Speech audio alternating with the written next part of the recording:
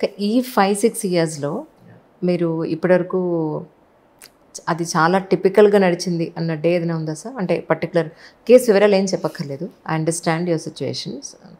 అంటే which is related to government కాబట్టి మనం అన్నీ మాట్లాడలేం. బట్ సింపుల్‌గా ఏదైనా సింగిల్ లైన్‌లోనే చెప్పగలుగుతారా? అంటే చాలా టిపికల్‌గా అంటే ఉన్నాయండి. 2, 3 కేసులు ఉన్నాయి. మంచి మంచి కేసులు ఉన్నాయి. అంటే that was like hell for me. 3, 4 days ఏం చేయాలో అర్థమయ్యేది కాదు అసలు యాక్చువల్లీ. ఎలా క్రాక్ చేయాలో అర్థమయ్యేది కాదు. అంత డిఫికల్ట్ అనిపించేది. కానీ ఎండ్ ఆఫ్ ద డే మా ఎఫర్ట్ బాగుంది కాబట్టి వీ కుడ్ క్రాక్ ఇట్. అది ఒక రేప్ కేసు ఉండింది. ఒక మైనర్‌ని రేప్ చేశారు. 3 ఇయర్స్ ఓల్డ్ అమ్మాయిని. 3 ఇయర్సా? 3 ఇయర్స్ ఓల్డ్ అమ్మాయి.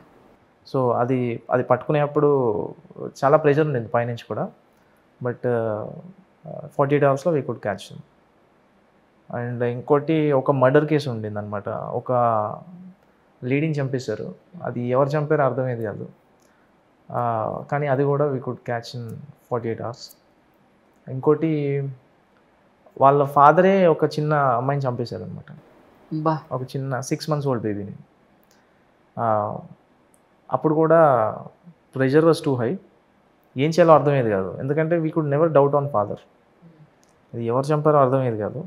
ఎందుకు చంపేశారు సార్? కారణం? ఎందుకంటే ఆ 6 మంత్స్ ఓల్డ్ బేబీ అతనికి పుట్టలేదనమాట. His wife use to have illegal relationship with some other guy. So అది ఇతనికి తెలిసి హీ కిల్డ్ దట్ బేబీ.